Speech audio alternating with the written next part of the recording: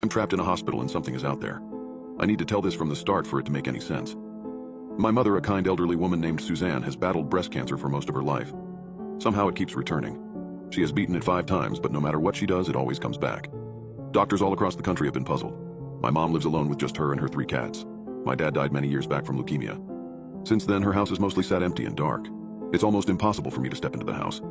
I can't even imagine how it feels for her. But she doesn't have too much of a choice. Her only other option is a retirement home, and she's always been a free spirit. It was 2 days ago when I received a call from her. I had been out of our small town for months on business. I had just finished work for the day when my phone rang. I pulled it out, surprised to see my mom calling me. Normally she sends emails. She only calls for important things. I knew deep down, but I didn't want to believe. "Hey, Mom," I started, my voice beginning to break. "Hi, sweetie. I took the blood tests. It's back." She began to cry, loud sobs that I could hear through the phone. "I don't know if I can beat it. Will you come with me to the doctor's?" I immediately said yes. In almost 2 hours, I was on a plane headed back to our town. I landed at around 7:30 and got into town at 9. It was 9:08 when I pulled into the garage. I stepped into the house, greeted immediately by a wave of nostalgia and happy memories. It was almost overpowering, but I knew I needed to push forward. I emerged from the foyer into a cozy living room. There were 2 small recliners, a couch, and a table. My mother laid down on the couch, fast asleep. I decided to join her.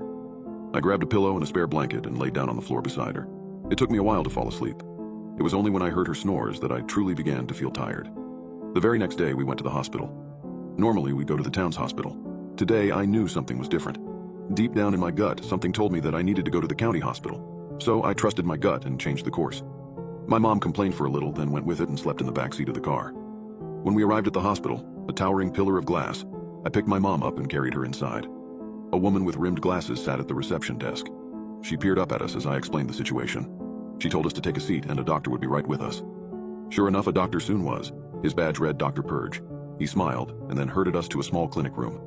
I don't remember all the details. Doctors came and went, giving blood tests, and at one point took Suzanne and left me alone to give her a round of chemo. It was then that I fell asleep. The events of the day and the day before had just taken its toll, and I leaned back in my chair, drifting off. The first thing I noticed when I awoke was flashing lights. Red, off, red, off. The pattern switched every few seconds. I rubbed my eyes, making sure I was seeing correctly. The next thing I registered was a loud booming klaxon that made my ears ring. Following that was a PA announcement.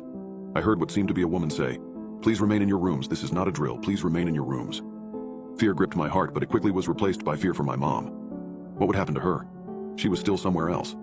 I steadied myself. Assuming it was a gunman, I would probably be safe, right? I decided to take a risk.